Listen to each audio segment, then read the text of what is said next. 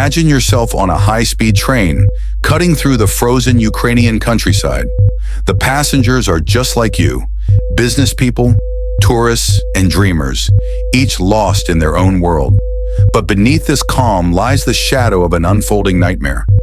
Among them sits one man, unnoticed but alert, Evgeniy Koval, a shadow of his former life as a covert operative, now just another face in the crowd, or so it seems. As the train speeds toward its destination, a flicker of lights and the grip of unease signal the approach of something far more dangerous than anyone on board could imagine. Will Evgeniy rise to the challenge and confront the storm about to erupt? Or will this journey end in chaos and destruction? Stay with us as we unravel a gripping story of courage, betrayal, and survival in the heart of Ukraine. Welcome to the Trap on the Train, where every second counts and no one is who they seem to be. Ukraine, a winter evening. The Sapsan high-speed train was racing from Kiev to Lviv.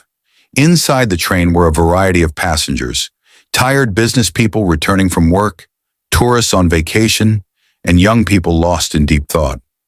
None of them had any idea that this journey would become the most dangerous event of their lives. Among the passengers, sitting quietly in the VIP carriage, was Evgeniy Koval.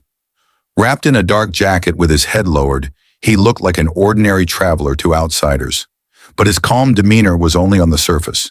His mind was sharp, and his body was always ready to respond to danger. As the train increased its speed, so did Evgeniy's sense of unease. His eyes focused on a woman sitting across from him. Tatiana Belova, a journalist, clutched a black bag tightly to her chest. Her hands gripped the bag so firmly that it seemed glued to her palms. The train's lights flickered. At first it seemed like a minor glitch, but then it happened again.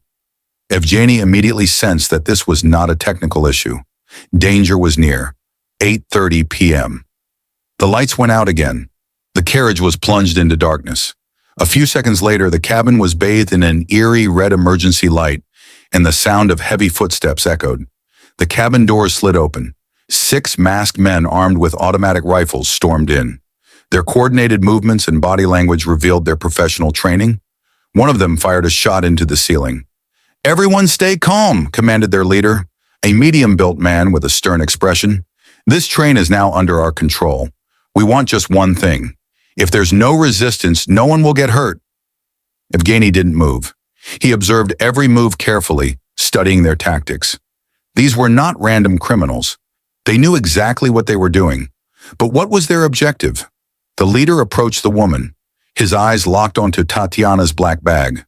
"Hand it over," he demanded. Tatiana shook her head, clutching the bag even tighter. "I have nothing. These are my personal belongings." The man smirked. He snatched the bag from her hands and spilled its contents onto the floor. Among the scattered items was a small silver flash drive that rolled across the floor. "This is what we're looking for," the leader said triumphantly as he picked up the flash drive. "You can't take that," Tatiana shouted. "This information could compromise national security."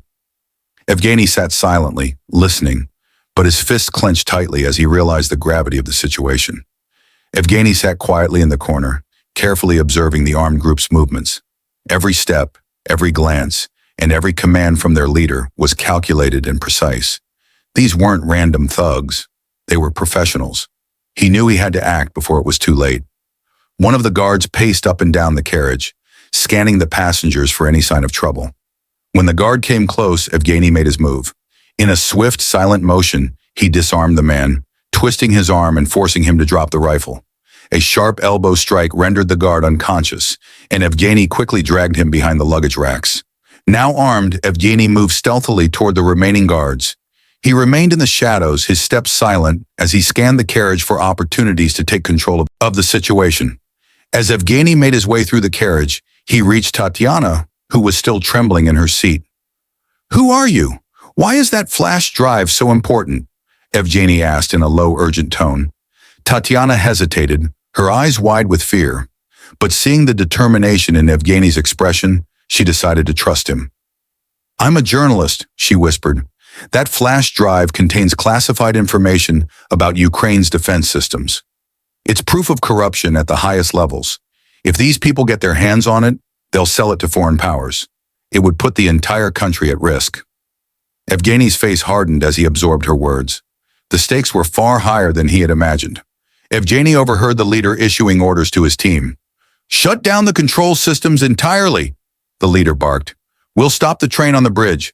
The extraction team will meet us there and secure the delivery." Evgeny's pulse quickened. The mention of a bridge meant one thing: catastrophe. If the train's controls were disabled, the train would derail at high speed, plunging off the bridge and killing everyone on board. He watched as one of the hijackers moved toward the control room. Evgeniy knew he had to stop them before they could execute their plan. Evgeniy gestured for Tatiana to stay hidden. "Don't move. Help the other passengers if you can," he whispered. Then, gripping the rifle tightly, he advanced toward the control room. The first guard barely had time to react before Evgeniy struck, knocking him out with the butt of the rifle. The noise drew the attention of a second hijacker, who turned and fired a shot in Evgeny's direction. The bullet missed, striking the carriage wall as Evgeniy ducked and rolled toward his attacker. In a flash, he disarmed the man and subdued him. The leader of the group noticed the commotion and turned to face Evgeniy, a sinister smile spreading across his face. "Koval," the leader said mockingly, "I didn't expect to see you here." Evgeny's eyes narrowed. "You know me?" "Of course," the leader replied, still smiling. "You've been a thorn in our side for years, but now you're out of your depth." The two men faced off, and the tension was electric. Evgeniy took a step forward, his weapon trained on the leader, but the man lunged at him with a knife. The two grappled, the fight brutal and intense. The leader managed to pin Evgeniy momentarily, but Evgeniy used his strength and training to break free, landing a blow that sent the leader reeling.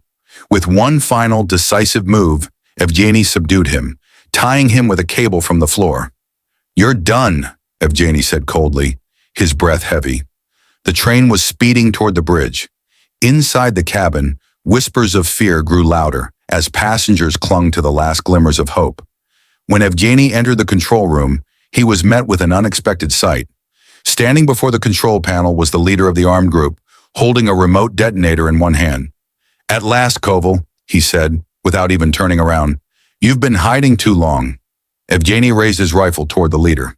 "Put it down, now!" The leader chuckled, lifting the detonator. "This is beyond your control. You're too late, and my plan is right on schedule." Evgeniy stepped back, carefully observing every move the leader made. His eyes caught the flashing red lights on the control panel. The train system was locked down by a malicious virus, blocking all emergency functions. "This isn't just a train, Koval," the leader said. "This is a showcase of our power. We don't just want the data, we want control. And this train is our message to the world." Evgeniy realized the detonator wasn't just for explosives.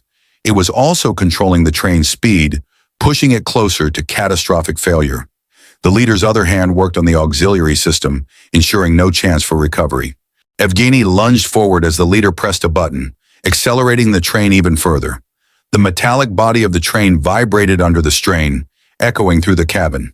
"You can't stop us," the leader sneered. "Not you, not that journalist." Evgeniy knew the stakes.